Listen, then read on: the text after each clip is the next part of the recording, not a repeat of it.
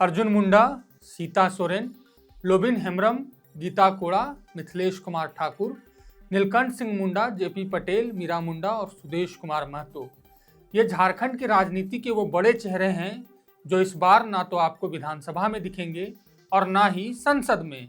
किन्हीं को इस साल हुए लोकसभा चुनाव में हार मिली है तो कोई विधानसभा चुनाव में हार कर सदन से बाहर है, तो वहीं कई दिग्गज को दोनों ही चुनावों में हार का सामना करना पड़ा है। ऐसे में हम इस साल के अंतिम दिन इन तमाम दिग्गजों के बारे में बताएं, उससे पहले मेरा नाम है विशाल और आप देख रहे हैं लोकतंत्र 19। शुरुआत करते हैं पूर्व केंद्रीय मंत्री अर्जुन मुंडा से। अर्जुन मुंडा को भाजपा ने लोकसभा चुनाव में उनकी पारंपरिक सीट खूंटी से उम्मीदवार बनाया था, लेकिन केंद्रीय मंत्री रहते अर्जुन मुंडा को इस सीट से हार का मुंह देखना पड़ा। अर्जुन मुंडा के लिए राजनाथ सिंह, आजसू सुप्रीमो सुदेश कुमार महतो समेत कई दिग्गज नेताओं ने प्रचार किया, लेकिन उन्हें जीत हासिल नहीं हुई। ऐसा कहा जाता है कि कुर्मी समुदाय अर्जुन मुंडा के एक बयान से काफी नाराज थे। दरअसल वर्ष 2004 में झारखंड के तत्कालीन मुख्यमंत्री अर्जुन मुंडा द्वारा कुर्मियों को अनुसूचित जनजाति की सूची में सूचीबद्ध करने हेतु केंद्र सरकार को प्रस्ताव भेजा गया था, लेकिन जैसे ही वह जनजातीय मामलों के केंद्रीय मंत्री बने तो उन्होंने अपने द्वारा भेजे गए 2004 के प्रस्ताव को ही नकार दिया। कुर्मी समुदाय द्वारा पूछे जाने पर उन्होंने जवाब दिया कि केंद्र के पास टोटेमिक कुर्मी महतो जनजाति को अनुसूचित जनजाति की सूची में सूचीबद्ध करने हेतु किसी भी प्रकार का मामला लंबित नहीं है। ऐसा माना जाता है कि अर्जुन मुंडा का यह बयान उनके हार का कारण बना। वहीं लोकसभा चुनाव से ठीक पहले भाजपा में शामिल हुई शिबू सोरेन की बड़ी बहू सीता सोरेन को भी लोकसभा चुनाव में हार का सामना करना पड़ा। भाजपा ने दुमका लोकसभा सीट से पहले सुनील सोरेन को प्रत्याशी बनाया था, लेकिन सीता सोरेन के भाजपा में शामिल होने के बाद सुनील की जगह सीता सोरेन को पार्टी ने प्रत्याशी बना दिया। हालांकि यह भी भाजपा के लिए काम नहीं आ सका और सीता सोरेन को हार का सामना करना पड़ा। लोकसभा में मिली हार के बाद पार्टी ने विधानसभा चुनाव में भी सीता सोरेन को जामताड़ा सीट से प्रत्याशी बनाया, लेकिन इस सीट से उन्हें इरफान अंसारी के हाथों हार का सामना करना पड़ा। अब बात निर्दलीय मुख्यमंत्री बनकर देश भर में नाम कमाने और फिर घोटाले में फंसने के बाद अपनी पत्नी को राजनीति में उतारने वाले मधु कोड़ा की पत्नी गीता कोड़ा की करते हैं। सिंहभूम सीट से कांग्रेस की टिकट पर चुनाव जीतकर सदन पहुंची गीता कोड़ा ने साल 2024 के लोकसभा चुनाव से ठीक पहले भाजपा की सदस्यता ग्रहण की। सदस्यता लेने के बाद पार्टी ने उन्हें सिंहभूम से उम्मीदवार बनाया, लेकिन उन्हें हार का सामना करना पड़ा। लोकसभा में मिली करारी हार के बावजूद पार्टी ने गीता कोड़ा पर विधानसभा चुनाव में एक बार फिर भरोसा जताया और जगन्नाथपुर विधानसभा सीट से उन्हें प्रत्याशी बनाया, लेकिन इस बार भी उन्हें हार का सामना करना पड़ा।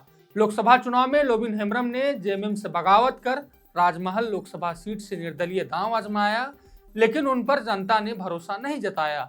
निर्दलीय चुनाव लड़ने पर जेएमएम ने उन्हें पार्टी से निष्कासित कर दिया, जिसके बाद लोबिन ने भगवा धारण कर विधानसभा चुनाव में कमल की सवारी की, लेकिन जनता ने लोबिन को यहां भी स्वीकार नहीं किया। लोकसभा और विधानसभा चुनाव दोनों ही जगहों पर एक और हार जिसने सुर्खियां बटोरी वो थी जेपी पटेल यानी जयप्रकाश भाई पटेल की हार।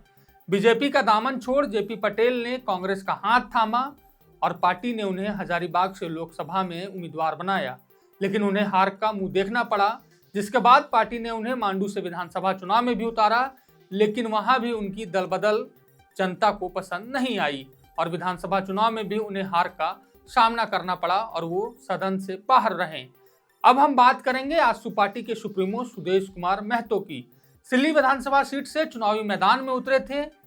उनकी पारंपरिक सीट भी सिल्ली ही है, बावजूद इसके उन्हें हार का सामना करना पड़ा।